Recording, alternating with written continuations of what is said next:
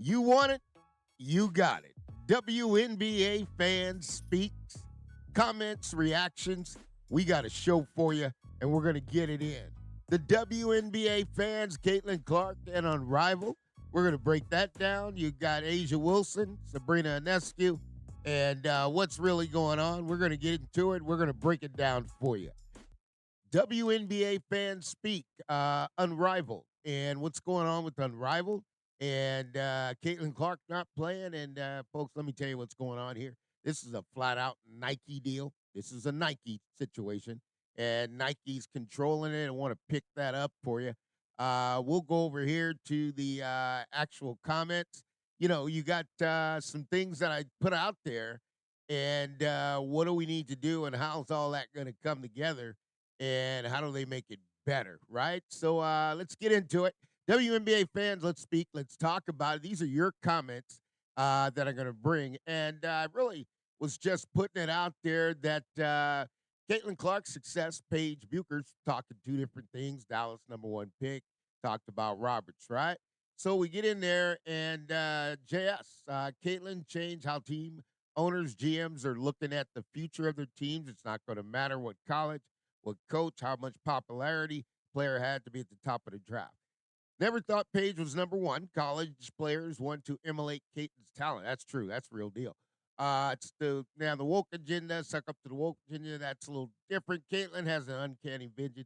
Court transitional player, generational player, no doubt. Effects on and off the court. Yeah, and Money Mike, JS Money Mike's a huge Caitlin Clark fan. You know, I think a lot of times I'll say things and for the fans, and it's really all about you. And I want to let you know that you and the fans, you're getting to the front door of the WNBA. Money Mike doesn't have a gatekeeper, and appreciate all your comments. Keep it coming. Did get a message the other day as far as a with the kind of connection of brands with YouTube Brand Connect. ESPN reached out and said, "Are you interested?" So yeah, we're the fans. You're moving this game to another level, and Money Mike appreciate it, and we'll see where that goes, right? But just get consideration. Now, let's go to Kathy. Page, not even close to being Caitlin Clark.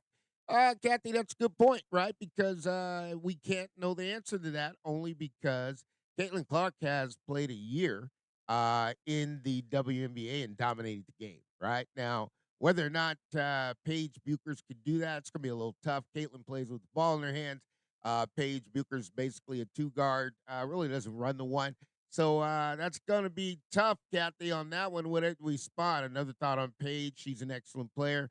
No doubt about it. Mike, you have interesting ideas in here. Yeah, I try to spin it a different way and take you behind the scenes of what's going on and how it can be worked out. Yeah, and your compet impact first round picks is interesting. Yeah, JE, it is because here's what you got. You're gonna have players coming in shooting 40% from the 3-point line, right? You got players in WNBA can't do that, right? So every player that's going to get drafted this year can be potentially a franchise player because that player, the skill set. Now, you have to understand the WNBA has been existent for 28 years, right? So they've been playing a certain way. But now that you're getting more coaches and you're getting more players coming in, more talented, and it's going to change the game. It is what it is. Karen Carlisle, how's Karen today? Why must Clark haters continue to hate with this hate? Paige is a great player. She's boring to watch. Okay, I got to respect your opinion. A lot of people watch because of how exciting Clark plays. She's electrified the game. Yep. Clark kept Iowa now the teams back-to-back finals. Although she lost both games, she still done what most players couldn't do. She set records. Remember as fans? Yeah, she did. Paige will have her fans follow, and I'm sure she'll have a good year, but it won't be anywhere near Clark. So that's 100%. Wish folks would stop trying to take away from Clark. Now, Karen, great response. Now, here's the deal. No one is going to take away from Caitlin Clark. Caitlin Clark has already established herself.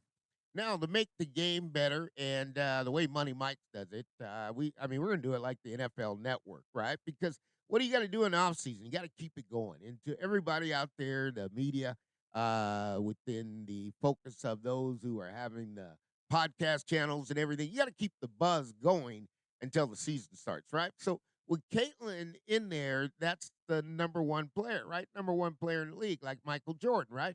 So at the end of the day, you got to go at the number one player. And these other players that are coming in, don't be fooled. They can play and they will set it on fire. So it's a new breed. This is and here's what's gonna happen. You're gonna see a breed of players come in next year, 225. The 226 class will be better than the 225 class, and the 227 class will also be better, right? So and where does this go? As you go to Unrivaled, right? Let me take you back to the Unrivaled real quick because I want to be clear that everybody understands. So you got CaitlinClark's a Nike player. All right. This is a Nike player. Nike is not in the business of helping Unrivaled when you got Candace Parker sitting over there with Adidas, right? So really, Unrivaled hasn't put a stamp on it, but they really have. They just haven't made the announcement, right? Because Candace Parker's over there saying we're going to force the WNBA to play more money. Well, that's Adidas, right? And we're not giving you our superstars, right? So we don't really care what's going on in Rival. That's Nike, right? Nike is the sponsor of the actual in WNBA. So I mean, they're not interested in sending over their signature shoe contract players to play, and all the players who are not playing in the Unrivaled are the signature contract shoe players, right? So you got great two players started the league, and kudos, ladies. I mean, that's a major step, and that's going to take you to a whole different stratosphere when you talk about your legacy and growing the game, right? So it's outstanding. But don't think for a minute that Candace Parker is going to get Asia Wilson and Nike is going to go over there and promote the actual Unrivaled League. It's not going to happen. And it has nothing to do with the money. It has nothing to do with the money. So when I hear people here talking about they made an offer or something like that to Caitlin, it has nothing to do with the money, folks. This is not about money. Caitlin is under contract with Nike. Okay, that's why these players are not playing. And when you get to Sabrina Ionescu sells more shoes than anybody in the WNBA right now. Period. Hands down. Now, Caitlin can change that, take that over, but we're not going over to Unrivaled to help Unrivaled with their business. Okay, that's Unrivaled's problem that they have. So you're seeing all these players now. Here's how it works. Okay, and this is really interesting. So you see LSU. LSU is a Nike school, right? So you can have a player like Special K that Candace Parker just signed, but that really doesn't make a difference, right? Because at the end of the day, if their player was with Adidas and coming up in grassroots, they're going to wear Nike. You can't go to LSU and put on an Adidas shoe, right? So you got to realize that. So you see here, NC State is Adidas, right? So at the end of the day, if you're playing the WNBA and you're playing with a Nike travel team, you've been wearing Nike since you were in the third grade. I'll take it back that far. I'm just being a little facetious. But when you go to North Carolina State, now you wear Adidas. You don't have a choice in that, right? You're not going to go out on the floor and say, "Oh yeah, I'm going to put Nikes on because I like them better," right? So, and if you look at here, North Carolina State's Adidas. You see Texas, that's Nike. So when they give the school that shoe contract, that's what your players wear. So I wanted to kind of break that down so everybody was clear of why they're not playing in Unrivaled, right? Okay, last year WNBA draft had one player to smash all the rebound records, and another broke 62 WNBA. As good as the new class is, they're not going to have that much impact. As far as the NC girls, they're not even the top 50 to score. See, here's where we're going to analytics, right? And Mike, this is Mike, right? This is Money Mike. Money Mike's not going to miss. Money Mike's going to talk to you about intangibles, Mike. And what I'm telling you, it's great that you got the analytics, you looked it up, but NC State was in the Final Four for a reason, right? They lost to South Carolina, but they were in there for a reason. If you think that the players coming in are not going to be in as good, you're fooled because the players who are coming in after that, they're dunking the basketball, folks. They're dunking right now. They're dunking. They don't need to lower the rim. They got players coming to the WNBA here in a couple of years. They're dunking. And if you want to don't believe me, just go out there and look at it and say, look up, high school girls dunking. Go in there and look up college players dunking. They're dunking out there, folks. This is going to be a new game that's coming in here in the next thing. Okay, Karen, Clark uses this as fuel to fuel all doubters wrong. Next season, I say she will be MVP or runner up. White is going to bring out something in Clark that Lisa couldn't do. Right? Okay, so let's back that up. First of all, this is Money Mike. Money Mike says CaitlinClark is the MVP. If you go back to all the things I put out there, I'm telling you, CaitlinClark was the MVP of the WNBA last year. Hands down, not for discussion. No player in the history of the WNBA has walked through the door and did what Caitlin did, right? So let's keep it 100. So it's not about being MVP. She's already MVP. They just have a selective way that they actually vote and make players become that. I mean, you can't. I mean, it's almost to the point that you even did it before the season started with Asia Wilson, right? I mean, you had Asia Wilson campaign for MVP, just overrode us, right? I mean, didn't matter if she won or not. You're just going to be the MVP this year. And that's what happened. And it took the award from Caitlin, right? That's why it's important that this has got to go, right? So when you look at that and who tagged on to that, let's see. Michael said she averaged 19 points a game while being double guarded, triple guarded, full pressed all day. There's nothing they can throw at her.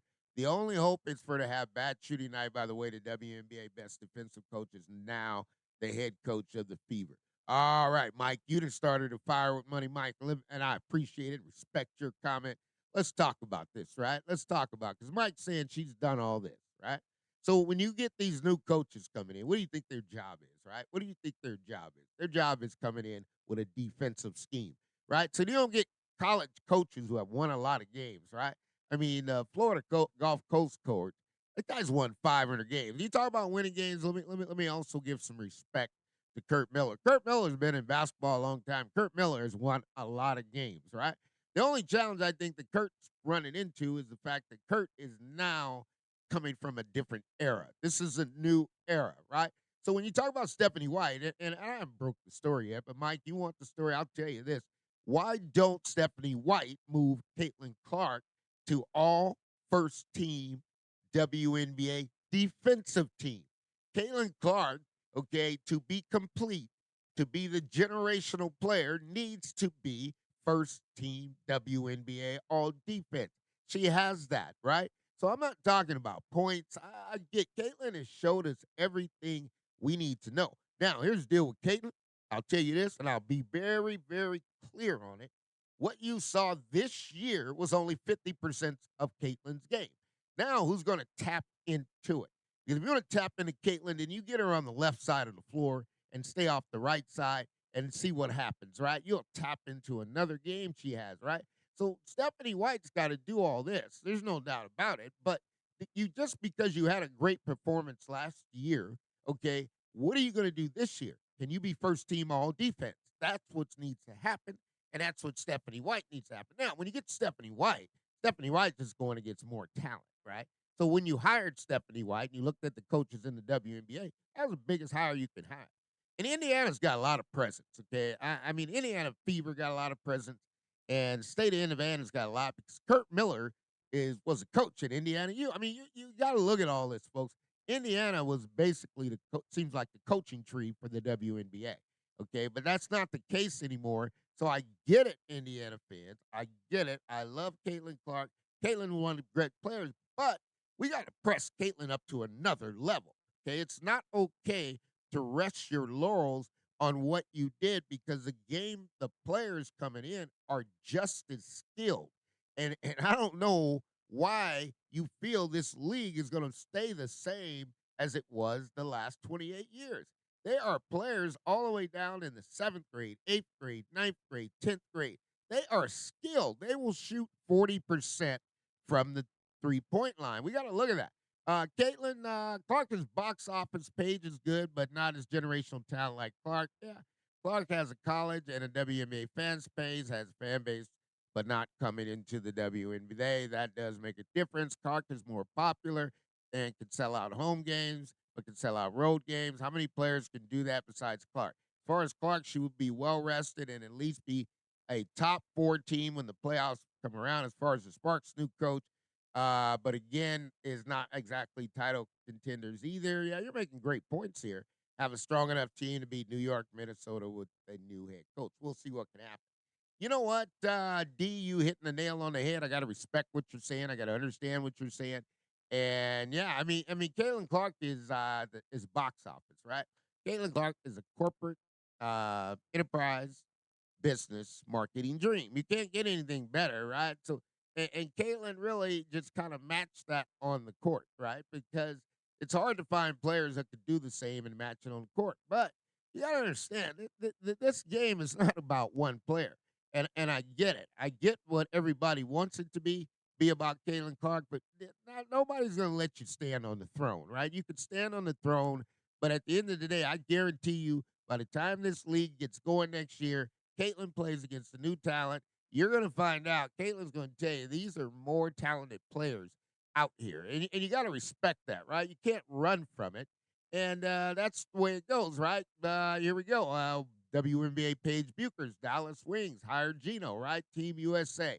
So what's going on down there? You know, this dude is 70 years old. I expect him to embark on a new career.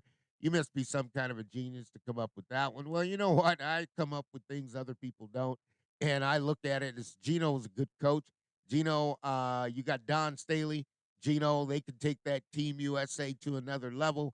And Gino's earned it 40 years in the game. Come on, guys. Let's respect something like Bill Belichick, right? I mean, this is pure gold. But the guy is giving his life, right? I see Paige throwing up triple sixes with fingers, disappointed but not surprised. Yeah, Paige is a competitor. I don't think we're going to see a trend of college coaches leaving jobs. That's already happened. That's already happening. You know, I mean, it's happening right in front of your eyes. And I told you it was. High profile coaches are coming.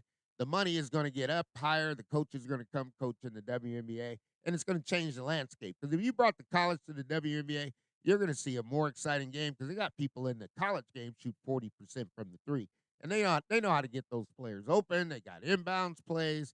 I mean, they got timeouts, they got sets. There's so much manufacturing points in basketball. It's just a different game. You really can't do it. How many of the great men's coaches have gone to the pros and even close to success they had in college? Larry Brown, maybe history does not support your theory.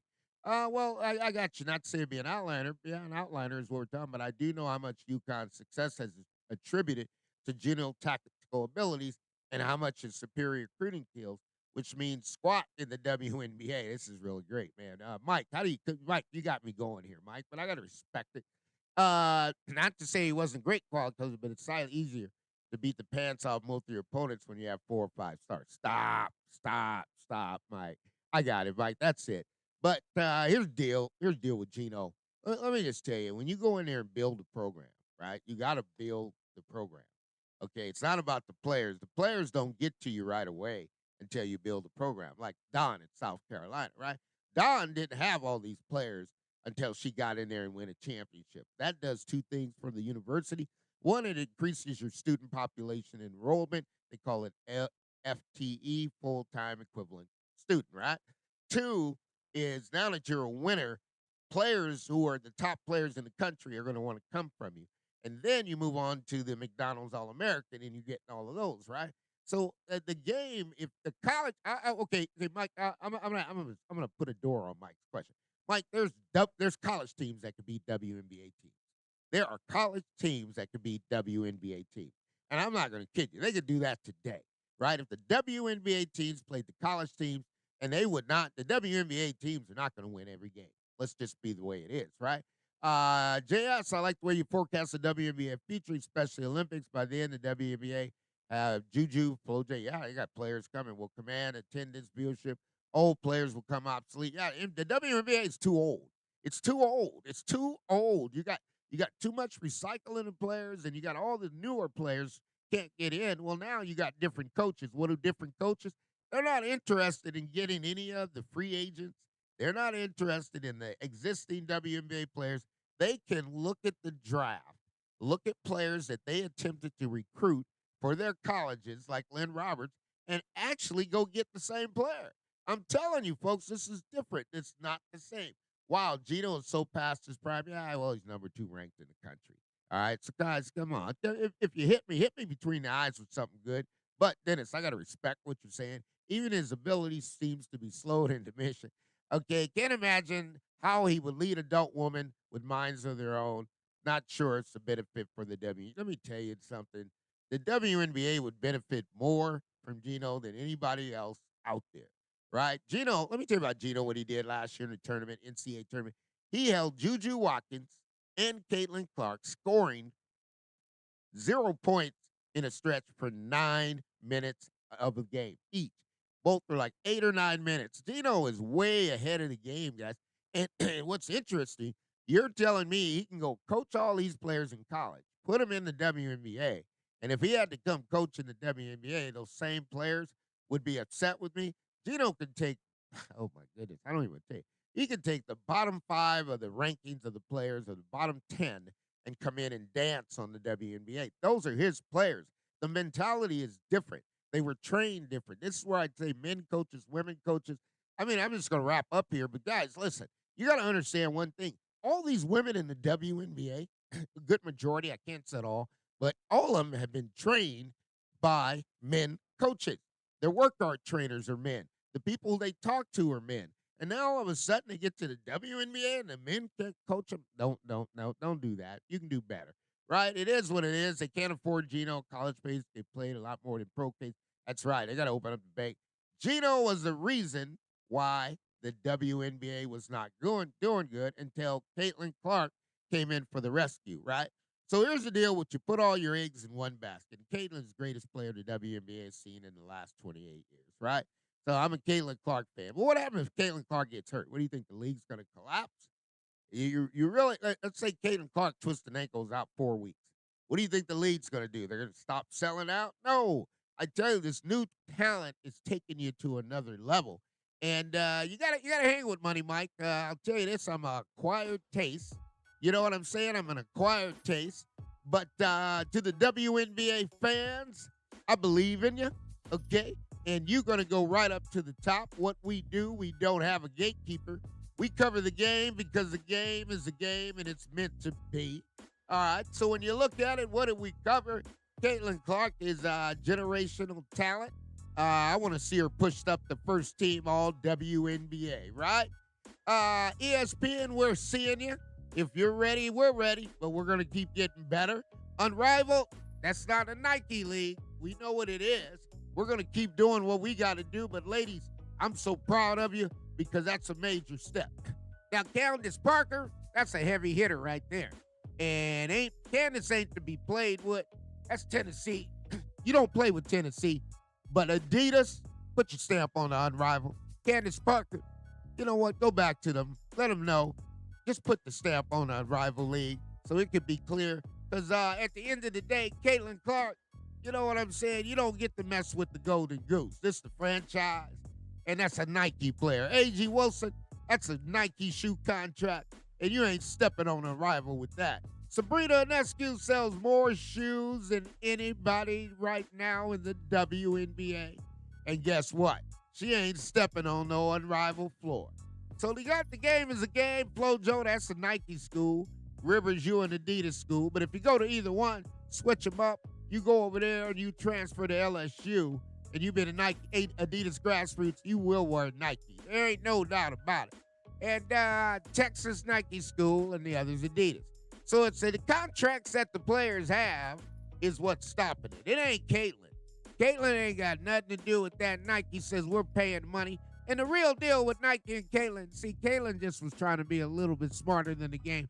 But Nike wants a lifetime contract with CaitlinClark.